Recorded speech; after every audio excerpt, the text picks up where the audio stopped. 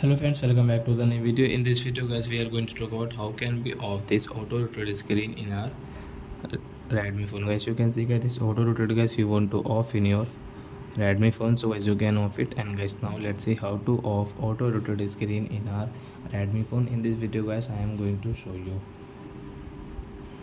So first of all guys, open your phone setting to off this auto rotate screen. Then guys, scroll it. Guys, click on your display setting